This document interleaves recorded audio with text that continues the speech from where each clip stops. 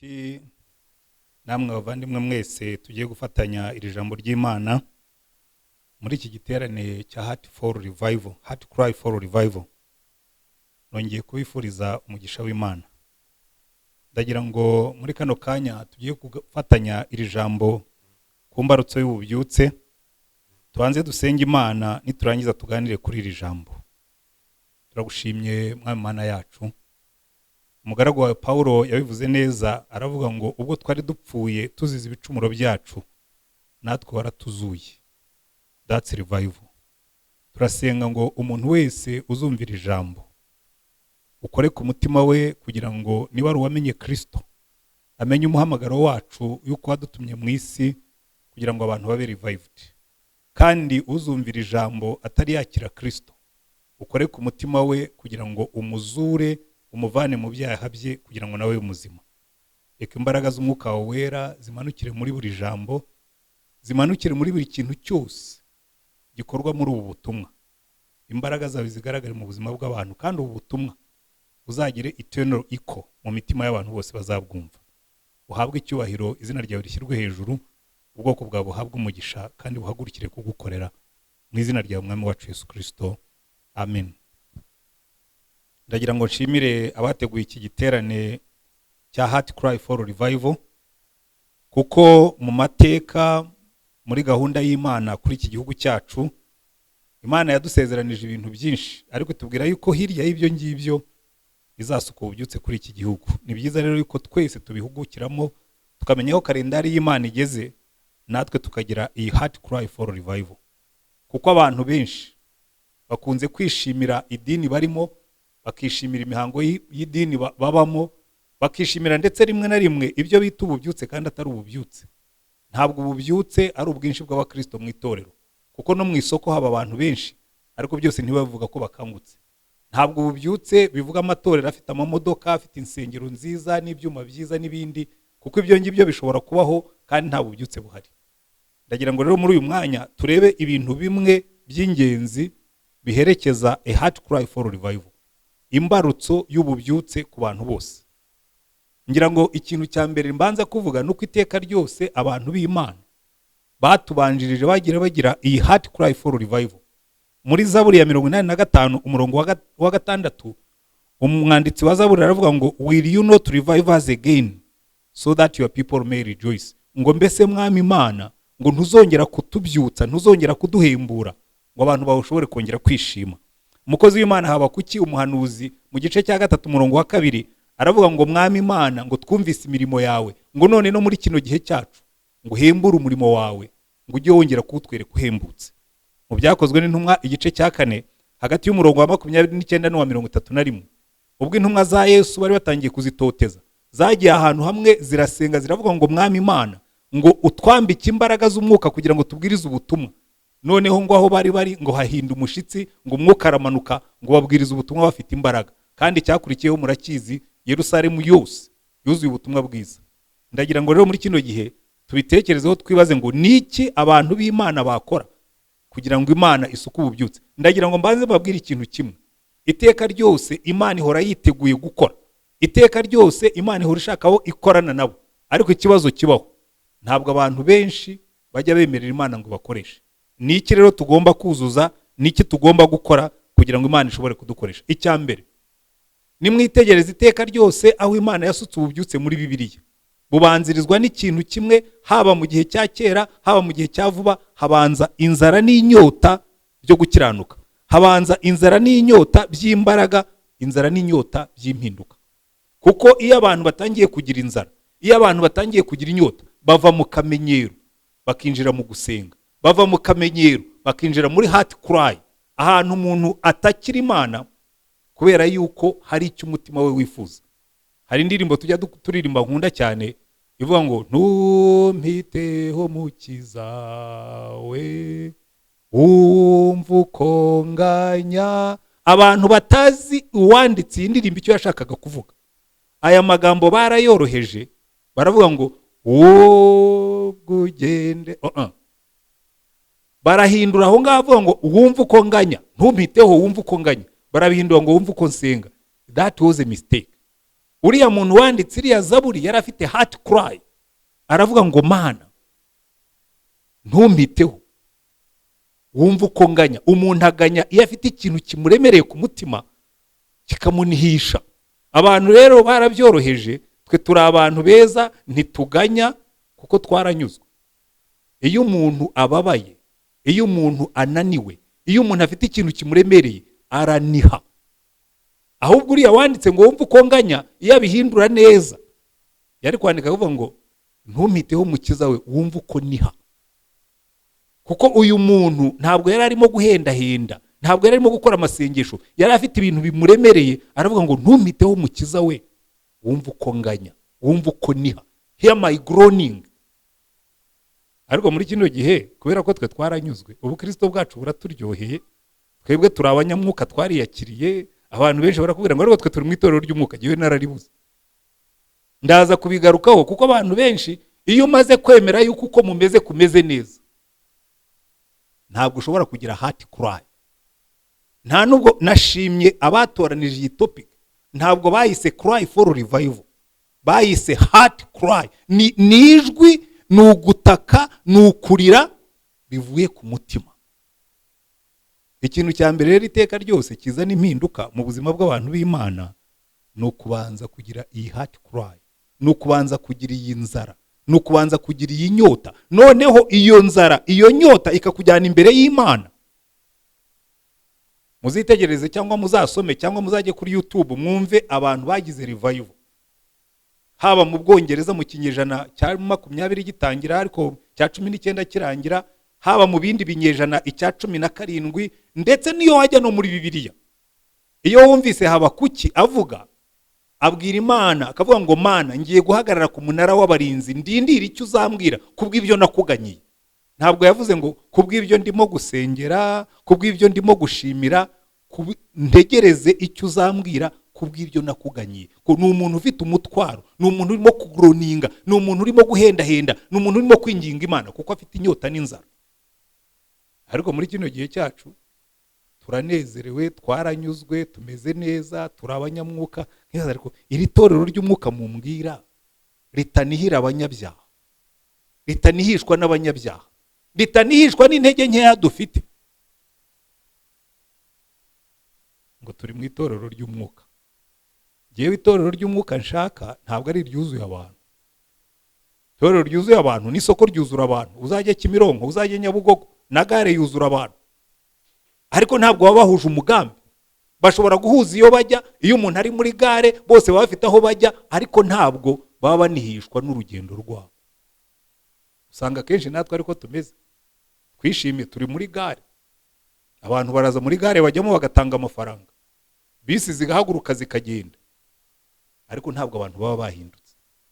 Mwitegereza amatorero yacu, niba mushaka kugira heart cry mwihereho, ubanze wibaze ngo ariko nzanihira nte agakiza kabandi nanjye ntagafite? Nzanihishwa nte n'ibyaha by'abandi kandi nanjye mbyirirwamo? Imbarutso y'ububyutse iva mu mutima unihira Imana, kuko ubona abantu barimbuka. Umukozi w'Imana umwe mu bantu Imana yakoresheje cyane izana ububyutse, yagiye ahantu arasenga, bageze aho abantu bagira ubwoba, baravuga ati uyu muntu arapfa. Undi wari ubimenyereye aho garatoya umuhumure ntacyo ari bube, arimo aranihishwa n'ibyaha by'abari mu isi. Muzitegereze Yesu agiye kujya ku musaraba, yaraye ijoro ryose asenga, biri byuya bimeze nk'amaraso, kuko yaragiye kujya ku musaraba ngo aducungure. Abantu benshi bibwira ngo cyatumye abira ibyuya by'amaraso ngo nuko yari yatinye umusaraba. Ntabwo yabize ibyuya by'amaraso kuko yatinye umusaraba, yabize ibyuya by'amaraso kuko yabonaga isi irimo kurimbuka. Aravuga ati ngomba kuyipfira, nintayipfira izarimbukishireho. Witeguye kuba uwo nguwo ugiye kuzamura iyo heart cry? Nturirimbe ngo ntumpiteho mukiza we, wumva uko nsenga, oya wumva uko nganya, kuko abantu bararimbuka.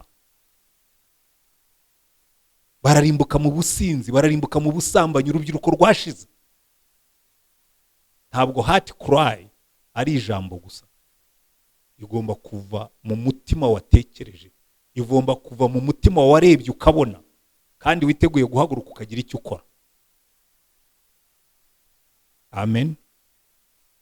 Icya kabiri, iyo umuntu amaze gusobanukirwa agatangira kugira uyu mutima, umuntu umukozi w'Imana Eliya yigeze guhagarara imbere y'urugo rwo kwa Ahabu mu Bami igice cya 10, Ibami ba mbere igice cya 17 n'icya 18, arabwira ngo ntabwo imvura izongera kugwa ngo kugeza igihe nzabivugira, nzabitegekera.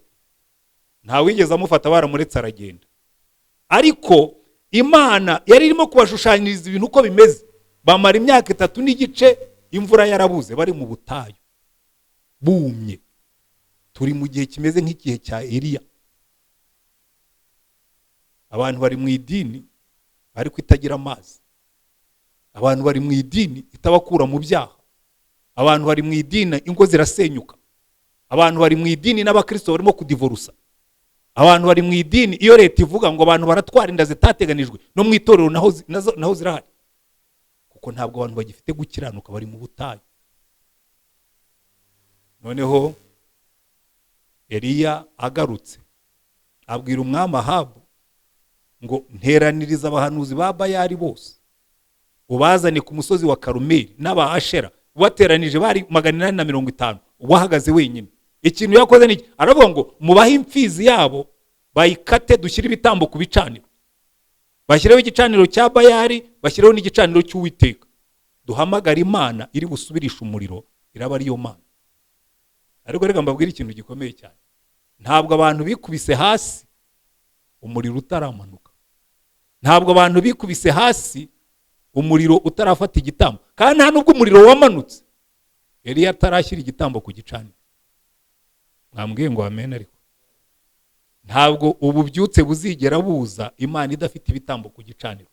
Urubyiruko rwinshi muri comfortable, abakristo benshi bari comfortable, barashaka kubona ububyutse nta gitambo kiri ku gicaniro. Kandi mwitonde, ibitambo Imana yafataga byagombaga kuba ari ibitambo bigejejwe, ntabwo ari ibitambo bibonetse byose. Imana yaravuze ngo nimujya gutamba igitambo ngo mujye mushaka isekurume nziza y'ihene cyangwa y'intama idafite inenge, aba ariyo muzana ku gicaniro cyanyu. Umuntu araza akazunguza amaboko avuye gusambana. Umuntu araza akazunguza amaboko avuye mu kabari. Umuntu araza akazunguza amaboko avuye kwiba umuhinde mu iduka. Ukirirwa ugavura amafaranga y'umuhinde, warangiza ukaza gusenga. Warangiza ngo Mana ngo manura ububyutse. Ntabwo Imana izigera imanura umuriro ku gicaniro hatariho ibitambo. Ntabwo Imana izigera imanura umuriro ku gicaniro kiriho ibitambo bitejejwe. Niba mugiye kugira Heart Cry for Revival, mubanze muririre gukiranuka, ariko mwiteguye no kuba ibitambo ku gicaniro. Niba utiteguye kuba igitambo ku gicaniro, uva muri iki giterane. Nta Heart Cry ufite, kuko iteka ryose iyo ubwiye Imana ngo Mana ndababaye, urubyiruko rurimo rurarimbuka, irakubaza ngo are you ready to go? Muri Yesaya igice cya 6 Imana yarabajije ngo who shall I send, ngo ninde nakohereza? Ariko kuko Yesaya Imana yari maze kumukoza ikara ku munwa, aravuga ngo here I am, send me. Mwiteguye ko Imana ibohereza? Mwiteguye ko Imana ibahagurutsa?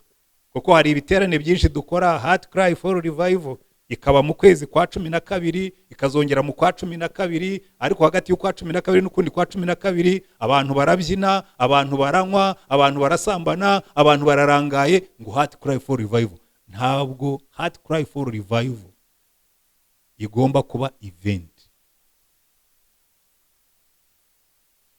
Igituma dushobora kumara imyaka tuvuga ngo turimo turasengera ububyutse ntitububone, nuko ari condition tutuzuza. Hariho n'igihe umuntu ajya mu giterane agategura igiterane kuko ari pastori nanjye njya mbitegura, ariko umutima utabirimo.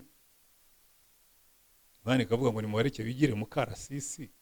Je ni ibiterane byabo bitegura, ariko nta Heart Cry irimo. Ntabwo biteguye ko mbakoresha, ntabwo biteguye ko mbahagurutsa, ntabwo nzamanura umuriro ntacyo ugiye gukora.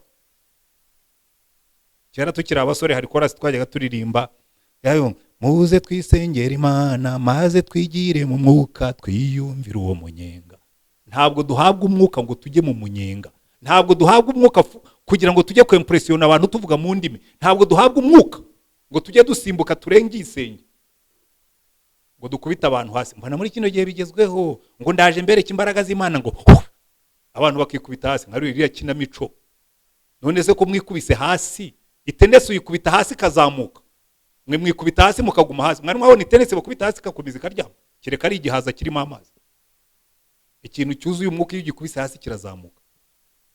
Abantu bikubita hasi barangiza following day ntugire ikibone. Uzarebe iyo umwuka yamanutse the following day abantu bamenye ko hari umwuka waje. Igihe cya Eliya yasenze sengesho rimwe aravuga ngo Mana ya Abrahamu, Mana ya Isaka, Mana ya Yakobo, uyu munsi bimenyekane ko ari we Mana. Icyakurikiyeho niki? Umuriro waramanutse ufashe igitambo, abantu bose bikubita hasi bazamura amaboko. Baravuga ngo Uwiteka ni we Mana. Abantu benshi bikubita hasi ngo habaye ibitangaza mu rusengero, bagasohoka bakajya gusambana, bakajya gusenya ingo, bagasohoka bakajya gukora amanyanga. Havuga ntabwo bigeze bikubita hasi. Biriya ni ikinamico. Wakubiswe hasi n'umwuka asohoka yahindutse. Wakubiswe hasi n'umwuka asohoka agiye gukorera Imana. Ariya makinamico wenda umunsi twayaretse tukajya muri Real Heart for Revival, muzabona impinduka. Ariko igihe tuzaba tukirimo gufata ibitari byo tukabyita ukuri, nta mpinduka tuzabona. Muri kino gihe turi mu ikinamico, turi muri show. Ntabwo ibintu by'Imana ari show business. Biri dangerously genuine. Iyo umwuka manutse ntabwo ajya afata ubusa. Iyo umwuka manutse wimenya abantu basohotse. Ba Petero buzuye umwuka bari mu cyumba cyo hejuru, the following minute bari mu muhanda bavuga mu ndimi 3000 birakizwa. Muzanyereke nk'icyo nzabyemera. Turavuga mu ndimi zo kwimpressiona abantu. Imana irashaka abantu ikorana nabo. Ntabwo umuriro w'Imana uzamanuka hatari ibitambo ku gicaniro. Are you ready to be that sacrifice? Mwiteguye kuba icyo gitambo Imana ikamanura umuriro kuko ari icyo ishaka gukora. Icya kabiri, kuri icyo gitambo ushobora gufata igitambo ukagishyira ku muriro, ukagishyira ku nkwi. Ariko Eliya yarababwiye ngumva ndashaka kubereka ko uyu muriro ntabwo ari umuriro wo mu biganza byanjye. Mushyire igitambo cyanjye ku muriro, musukeho amazi, mwongereho amazi kirengerwe, kugira ngo muze kumenya yuko this fire ntabwo ari intugatuganano. Mutaza kugira ngo ni ibintu bya majina koze. Ndashaka ko mumenya ko this fire is divine fire. Ni umuriro w'umwuka, ni umuriro w'Imana. Hari ibintu dusigaye dukora muri kino gihe, iyo uzi kuvuga neza we impression abantu. Uriya mukozi w'Imana afite amavuta yahe? Wavuze ko afite rhetorique. Jewe nize literature, umpaye ngo compose speech, shobora gukompoza speech nkavuga. Ariko hari ikintu Imana yanyigishije bitangira kubwiriza. Nkiri uwo musore mfite imyaka 26 nibwo nabwirije mu giterane bwa mbere kinini. Nditugatuga ndabwiriza bitangiye kuryoha. Imana irambwira ngo ntabwo ubiriya sibyo nagutumye. You are not there to impress people. Ntabwo nakohereje hariya ngo abantu babone uburyo uzi kuvuga neza. I sent you to transform people. Don't rely on your rhetoric. Ibyo ni by'Imana yanyibwiriye ngo ntuzigere wongera kwishingikiriza ku karimi kawe. Yewe navutse mvuga. Mama niko ajya ambwira. Ajya ati wowe jya uvuga n'ubundi wavutse uvuga. Je navuze vuba kandi ntangira kuvuga ndi umwana mvuga neza. Rero ukagenduka wabona umuntu afite akarimi baturiya muntu yuzuye umwuka afite amavuta. That's natural raw talent. Umuriro icyatumye Eliya asuka amazi kuzuza akageza hejuru. Aravuga ati bataza kwibeshya ngo nabasinzirije. Nkora amaji. Hari umugabo witwaga Pacha. Kera tukiri batoya yajyaga agenda mu Rwanda akora amaji. Yageraga gutya akaguha ingofero ugakoramo, ukayihindukiza, ukayiterera hejuru, ukayifata, yarangiza agafata inkoni ye akavuga ati katawali dumu katawali. Wakoramo ukavanamo urukwavu. Uko yarushyiragamo simbizi, niba rwabaga rurimo simbizi, niba ari urukwavu magique simbizi, ariko ababonye Pacha bose barabizi yuko katawali dumu katawali. Yageraga atyo ukazamuramo urukwavu mu ngofero. Ariko Eliya yaravuga ati no mutaza kwibeshya ko ndi mukora dumu katawali dumu. Ngiye kubereka yuko iyi power ni supernatural. Asenga Imana basutse bamaze baravuga ati uyu mugabo sha umva yatubwiye ngo Imana isubirisha umuriro niyo Mana. Ni umuriro numanuka ugafata amazi. Ubundi murabizi iyo kubisa umuriro mu mazi cyambere ukora urazima. Nakubita umuriro ugafata ari amazi kiriya gitambo kigafatwa. natwe turabyemera ko yari Imana yo mu ijuru. Yahamagaye Imana rimwe gusa umuriro amanuka ngo abantu bose babona za nkwi na ya mabuye na bya bitambo na ya mazi bikubita hasi cyarimwe rero ati Uwiteka niwe Mana. Na Ahabu ntiyigeze contestinga. Na babahanuzi ba Bayali bagomba kuba baravuze tumva twajyaga dutera amahane ariko uyu mugabo aratwemeje, this is God. Iyi ni Imana nyamana. Yereka mbabwire bene data, thank you for this revival meeting, heart cry for revival. Genda shaka kubona Imana nyamana. Ndashaka kubona Imana imanuka abanyabyaha bakihana. Ndashaka kubona Imana imanuka wasengera abarwayi bagakira. Umuntu araza akatwirariraho ngo ubushize ndi mu giterane ngo hirya iriya za Tanzania ngo haje umuntu afite inyonjo ngo ingana n'umugina ngo nakozeho rimwe gusa. None kuki zo muri Tanzania zigenda izi Kigali zikanga? Genda shaka kubona genuine power.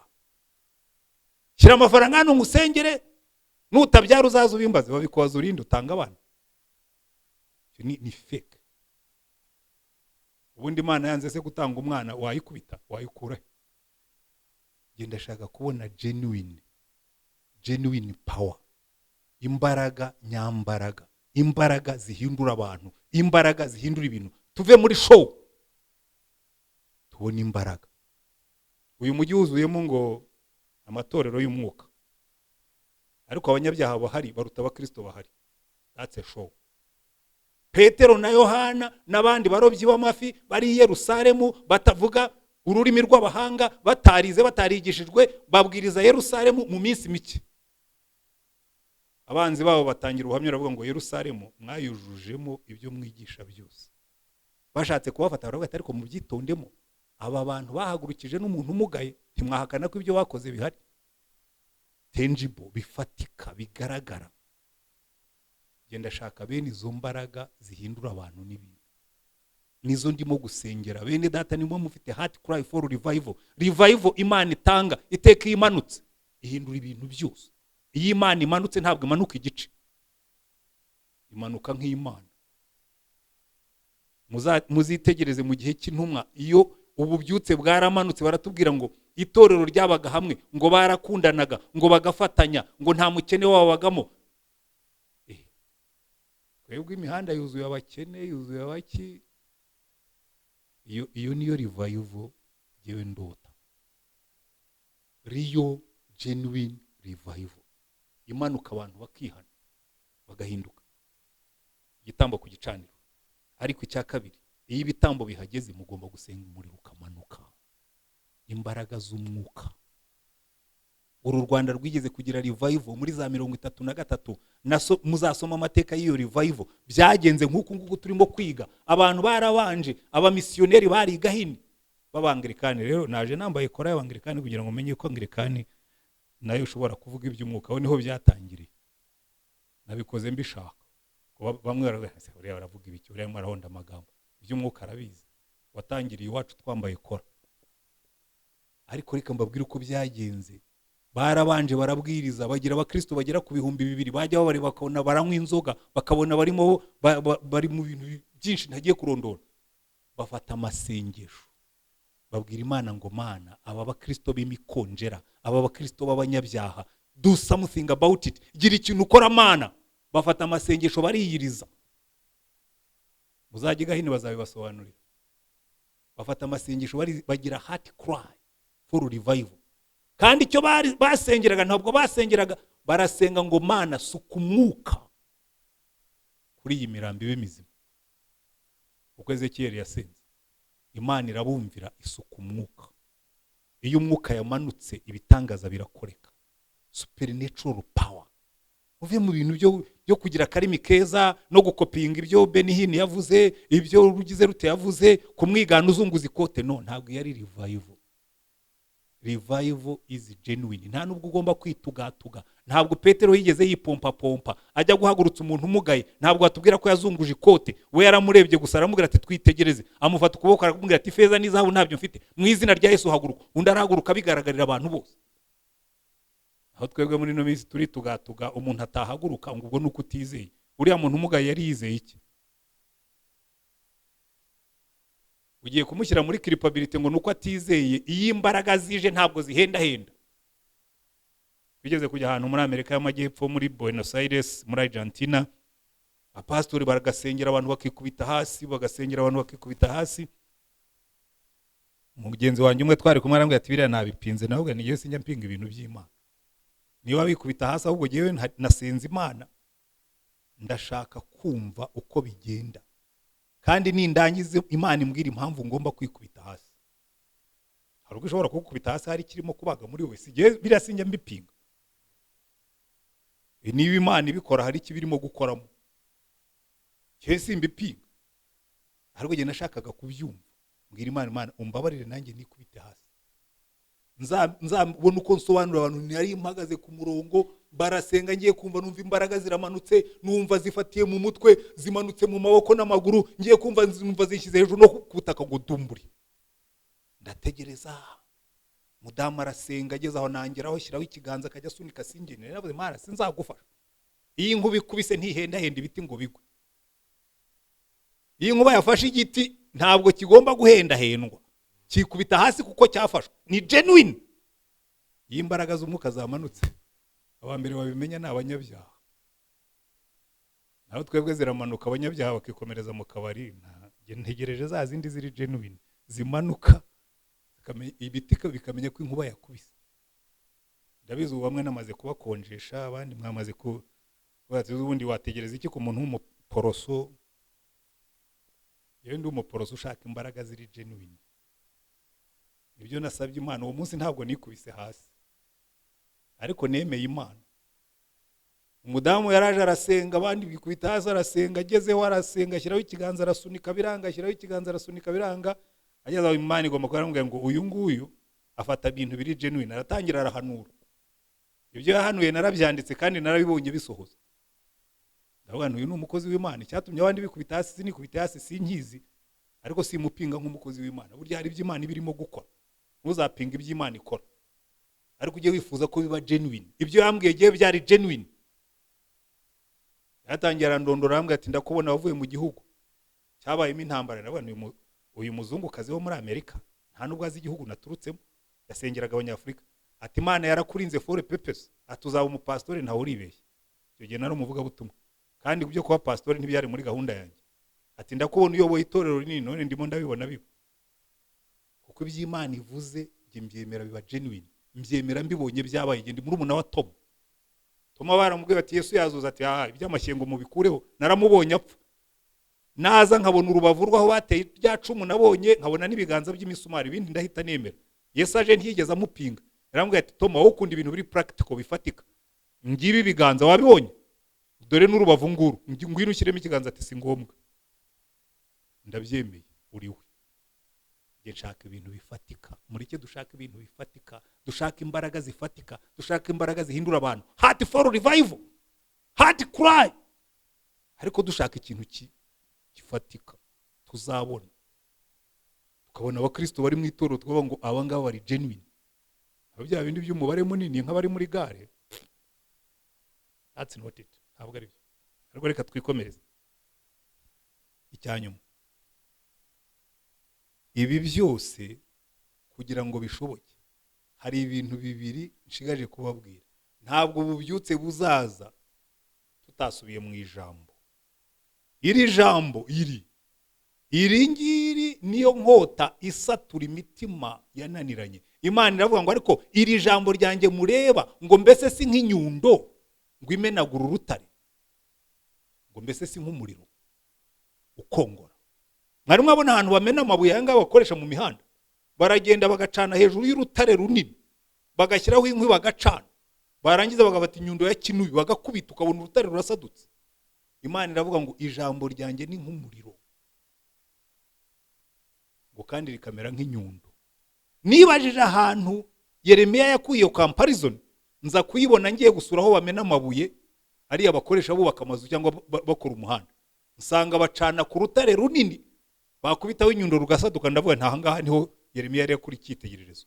Ijambo ry'Imana aravuga ngo iri jambo ryanjye rimeze nk'inkota ya mugi abiri, ngo riracengera rikagera imbere, ngo rikarondora n'ibiri mu mutima, ngo bigatandukanya iby'umutima n'iby'ubugingo. Ahandi Pawulo yandikira Timoteyo aramubwira ngo Timoteyo, ibyanditswe byera byose byahumetswe n'Imana bigira umumaro wo kwemeza umuntu ibyaha bye no kumuhanira gukiranuka. Iri jambo nsigaye mbona abantu bigisha badasoma ijambo, batavuga kuri iri jambo. Abo bantu benshi barorohewe, ntibagisoma Bibiliya, basigaye bari muri motivational speeches, ngo reka nkubwire the how to, ngo uko ushobora gukora ukunguka ubwenge, uko ushobora gukora ukunguka amafaranga. Ibyo ni ibintu by'abantu, ni humanism. Izo ni principes z'abantu ujya uvuga icyo Imana yavuze. Ibyo kuryohereza abantu no kubabwira ibyo TD Jakes yavuze, ibyo Joel Osteen yavuze, nibiba byavuye mu ijambo ry'Imana, yes, ariko motivational speeches zitandukanye n'iri jambo, kuko iri jambo ryo riritafu ryemeza abantu ibyaha. Nawe urafata umunyabyaha ukamubwira uburyo azakira, uzumve nta muntu ugitanga ubuhamya bwo kwihana. Ndashima Imana yampaye V8, ndashima Imana yampaye inzu. Ibyo Imana irabitanga, ariko ni risturune yaravuze ngo mubanze mushake ubwami bw'Imana no gukiranuka kwayo, ibyo bizaza ari inyongera. Nambwiye ngo amen. Ariko dusigaye duha abantu risturune bataragura. Ngwino ukurikire Yesu uzabona inzu, ngwino wagira ngo Yesu dusigaye tumu marketing. Ntabwo Yesu akeneye ko tumu marketing, arihagije. Hari igihe batwaye isanduka y'Imana bayijyana mu Bafilisitiya, bayijyana bagiye kurwana n'Abafilisitiya, irabareba kubera yuko bari bayihetse, bari abanyabyaha. Hofune na Fineyasi bene Eli irabiravuga ngo ngewe ndi Imana nshobora kwirwanirira. Irarika ingabo za Isirayeli zirakubitwa neza, barangije Abafilisitiya bagenda baririmba ngo batsinze Imana ya Isirayeli. Barijyana bayishyize mu ngoro ya Dagoni, bavuga ngo ndaje imbere ikitandukaniro hagati y'Imana nyamana n'Imana yaremwe n'abantu. Iterura Dagoni yishyira hasi, basanga mu gitondo Dagoni runamye irimo iraramya Imana.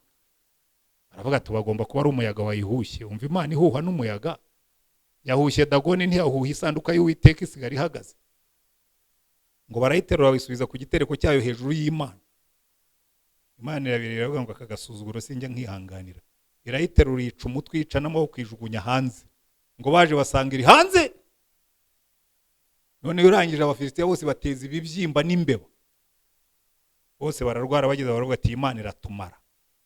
Ariko abatambyi babo baravuga ati mureke turebe ni Imana iri genuine, nimushyire, ntabwo ijya igenda mutayihaye igitambo. Mushake izahabu zicuze zisa na ziriya mbeba, zisa na biriya bibyimba, mubishyire kuri iyi sanduka, mushyire ku nka ebyiri ziherutse kubyara, kubera ko burya inka zabyaye ntizijya kure y'inyana zazo, hanyuma muzirekure. Niba ari marayika wazitwaye, bagiye kubona inka ziraromboreje zirijyanye, ngo zigenda zabira, isanduka iricyura. Kuko Imana yacu ni Imana ikora ibifatika. Ariko iri jambo dusigaye tubwiriza ijambo ry'abantu, ukaryohereza abantu, ukabona abantu barakubwira ko bakijijwe, kuko ntibahuye n'ijambo ngo ribanze ribabage ribasature, nirangiza Imana ibezi batunganye, kuko iri jambo ni ry'Imana ikoresha. Niyo mpamvu Pawulo yandikiye Timoteyo aramubwira ngo, Timoteyo wa 2:3 umurongo wa 15 kugeza ku 17, Timoteyo, kuva mu buto bwawe wamenyaga ibyanditswe byera bishobora kukumenyesha agakiza kabonerwa muri Yesu Kristo wenyine. Ngo kandi ibyanditswe byera byose byahumetswe n'Imana, ngo bigira umumaro wo kwigisha umuntu no kumwemeza ibyaha bye no mu kumuhanira gukiranuka, ngo kugira ngo umuntu w'Imana abatunganijwe akakweza mu nda n'ahandi hose, ngo ashobore gukora imirimo myiza. Iri jambo niryo ritanga revival. Muzitegereze Imana ibwira Ezekiyeli ubwo yari mu kibaya cy'amagufwa yumye. Ikintu cya mbere yabanje kumbwira ngo Ezekiyeli, hagarara hejuru y'ikibaya cy'amagufwa yumye ugihanurire. Speak the word, ugihanurire. Umunsi tuzasubira muri iri jambo tukarisoma, tukarijyamo, tukarituramo, rikaducengera, rikaduhindura, tukajya tuvuga from the word, abantu bazaba revived. Kuko iri jambo niryo reviving abantu. Iri jambo niryo ryemeza abantu ibyaha bagahinduka. Iri jambo Yesu yabwiye abigishwa, arabwira ngo iri jambo niryo mwuka kandi ijambo niryo bugingo. muzarebe muri Yohana ibice 6 muzabihasanga. Icyanyuma ndangirijeho revival. Revival will never come until the King of Life is enthroned again. Yohana yaranditse aravuga ngo abafite Yesu baba bafite ubugingo, abadafite Yesu nta bugingo bafite. Preach Jesus. Yesu yaravuze ngo nindamuka nererejwe hejuru nzireherezaho abantu bose. Revival is that. Muvuge Yesu ku buryo abantu bumva bara attracted. Yesu twamukuyemo. Niba mbeshya muzafate sermons nyinshi mujye kuri YouTube upikinge inyigisho z'abantu 20 wenda, nurangiza ukora icyo bita word count, ubare inshuro bavuga Yesu, uzabibona yuko Yesu ntakiri central mu butumwa bw'abantu benshi. Twabuze icyo tumukoresha, ntakiri umwami. Uzajye mu itorero, abakristo benshi amatorero ntakira ya Yesu. Uragenda ngo tugiye Remera kwa Rutayisire nabaye umwami w'itorero rya. Tugiye Ibunaka kwa runaka. Kandi warangiza ukumva n'urubyiruko n'abakiri batoya ngo uzaze uhure na pastori wacu, babwire ngo ngwino uhure na Yesu. Uhure na pastori wawe se shaho afite ubuzima ari bume. Ibyo ni publicité y'itorero. Ariko twebwe Yesu yadutumye gukora publicité ya Yesu. Kuko Yesu yaravuze ngo ninererezwa hejuru nzireherezaho abantu bose. That's revival. Ufite uyu mwana aba afite ubugingo, utamufite nta bugingo afite. Muri Yesu nta rindi zina twahawe munsi y'ijuru abantu bashobora gukirizwamo uretse rya Yesu. Proclaim Jesus. Revival comes when Jesus is enthroned. Iyo Yesu asubiye ku ntebe ugahamagarira abantu kuramya Yesu. By the way, nta nubwo nabaga umuntu waramije Yesu kuva mu byaha biramworohera. Iyo ubonye Yesu ibyaha byawe bihita bijya hagaragara. Ni nk'iyo ufite umwenda wandi iyo ushyize ku mucyo bihita bigaragara. Yesu niwe mucyo w'isi. Yesu niwe mugati w'ubuzima. Yesu niwe bugingo. Niwe revival. Iyo yabaye enthroned. Umuntu wese uzafata Yesu akamugira uwa mbere mu buzima bwe azaba personally revived. Kandi iyo wabaye personally revived, iyo wabonye Yesu, iyo Yesu akumurikiye, umucyo wa Yesu kubita kuri wowe ukagaruka ku bandi nabo bakamubona. Yankundi indirimbo tujya turirimba ivuga ngo nutumbira Yesu uzasa nawe, bose bazamenya kubanana bare kubugome bitabe Yesu. Urumva ngo nutumbira Yesu uzaba revived, uzasa nawe. Ngo kandi abazakureba bose, erega burya ni nako bikora. Ushobora kugenda mu muhanda ugasanga umusazi areba hejuru yigirira gutya. Abantu bose banyuze ku musazi atunze urutoki hejuru, bose barahindukira bakareba aho areba. Uyu muntu arimo arareba iki? Niyo yaba ari umusazi ntuzibuza kureba aho yarebaga. Umusazi areba hejuru akayagira gutya. Natwe nidutumbira tugatunga urutoki kuri Yesu abantu bazamubona. Ariko muri kino gihe turi mu maturo, turi mu mazu, turi mu mamodoka, turi muri kwata, turi mu bageni, turi mu nimuvuge Yesu kuko niwe revival yacu. Yesu ni utanga revival. Ibi byose maze kuvuga reka mbihuze nsoze. Ibi byose maze kuvuga Yesu yigishije abigishwa barabwira ngo ahera kuri Mose n'abahanuzi na Zaburi ngo abereka ko ibyanditswe byera byose ari we byaganishagaho.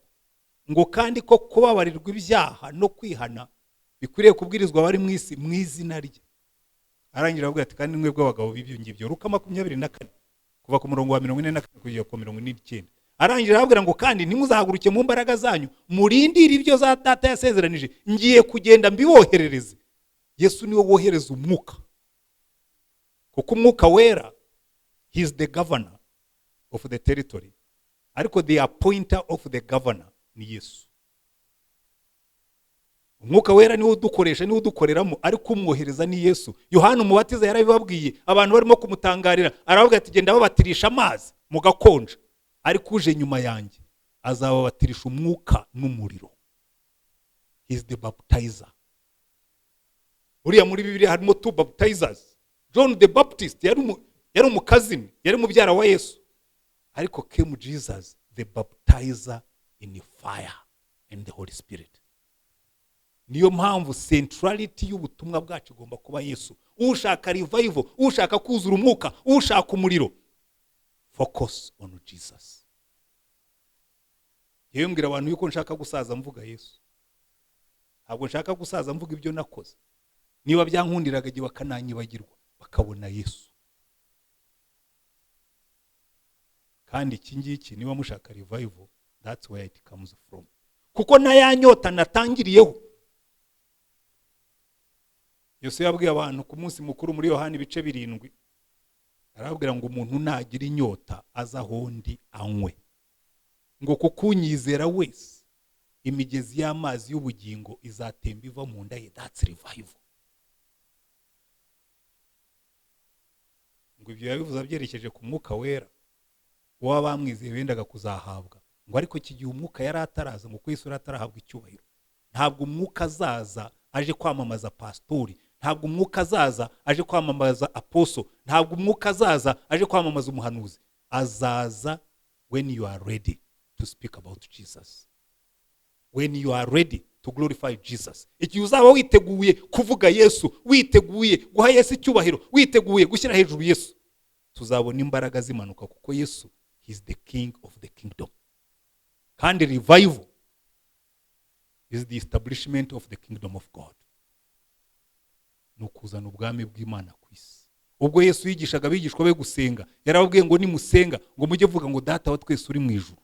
Aho niho ubwami bwicaye, niyo ntebe nkuru. Izina ryawe ryubahwe, ubwami bwawe buze. Kuko iyo umwuka aje aza gushyira Yesu ku ngoma. Iyo umwuka aje azaje guhamya Yesu. Iri jambo riba rivuga Yesu. Ufite inyota nuko Yesu agaragara. Noneho abantu bagahabwa umugisha. Heart cry for revival. Iyo niyo revival. Kuko Yesu niwe bugingo, niwe nzira, niwe kuri. Kuko Yesu niwe soko y'amazi y'ubugingo. Kuko Yesu niwe mugati w'ubugingo. Kuko Yesu niryo zina twahawe abantu bashobora gukirizwamo. Kuko Yesu niwe ubatiza mu mwuka. Kuko Yesu niwe mwami w'ubwami bw'Imana. Kuko Yesu niwe center of the universe. Heart cry for revival. Imana ibahe umugisha. Ibintu 5 imbarutso y'ububyutse. Icyambere, a heart cry, kunihishwa n'inzara n'inyota yo kubona ubwami bw'Imana buza, Yesu akimikwa. Icya kabiri, ntabwo umuriro uzamanuka hatari ibitambo ku gicaniro. Icya gatatu, ntabwo ibitambo bizatwikwa hatamanutse umuriro nyamuriro.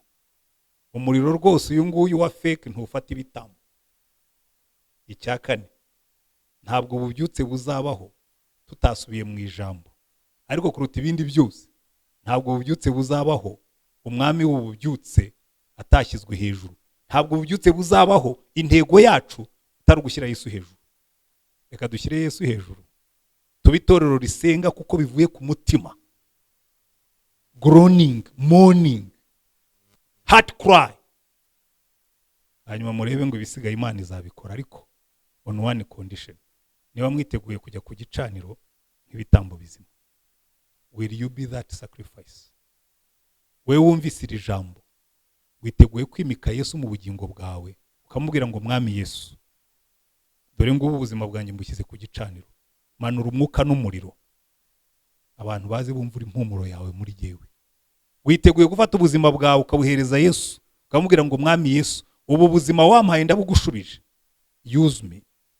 Rick Warren ajya avuga ngo niba ari isengesho dangerous ribaho, ngo umuntu ubwira Imana ngo Mana use me, ngo mfata unkoreshe.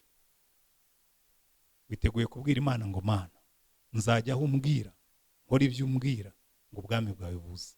Umunsi Imana izabona abantu benshi nk'abo ngabo. Iyi Heart for Revival Conference ni y'urubyiruko, kandi iteka ryose Imana igiye gukora ihagurutse urubyiruko. Dawidi yari umusore ajya kurwana na Goliyati. Mose yari umusore areka kuba umuhungu w'umukobwa wa Farawo akajya kwifatanya na bene wabo. Ntimurebe ko yaje kubakura afite imyaka 80, ariko yari yaravuyeyo mbere. ba Petero na ba Yohana, rega na Yesu ubwe yadupfiriye akiri umusore afite imyaka 33. Iki ni igihe ngo Imana ibone ibitambo ku gicaniro, yumve abantu bayitakira bavuga ngo Mana, bring down the fire, the sacrifice is on the altar. Manura umuriro kuko ibitambo twamaze kubishyira ku gicaniro. Hanyuma murebe icyo Imana igiye gukora ibakoresheje. Dusenge Imana. Turagushimye Mwami wacu Yesu Kristo. Reka buri muntu wese wumvise iri jambo ahinduke igitambo ku gicaniro cyawe. Nurangiza umanura umwuka aho tunyuze hose, abantu bumva impumuro yawe nziza. Abatubonye bose bifuze kudukurikira kandi babona impinduka y'ubuzima bwacu, nawe wifuze guhinduka. Reka imbaraga zawe zimanuke nitubwiriza ijambo rize rifite imbaraga. Reka imbaraga zawe zimanuke nidusenga dusengeshwe n'umwuka uri muri twebwe. Reka izina ryawe rishyirwe hejuru, ubwami bwawe buze, ubwoko bwawe buhabwe umugisha. In another revival. Mu izina ryawe Mwami wacu Yesu Kristo. Muvuge ngo amen.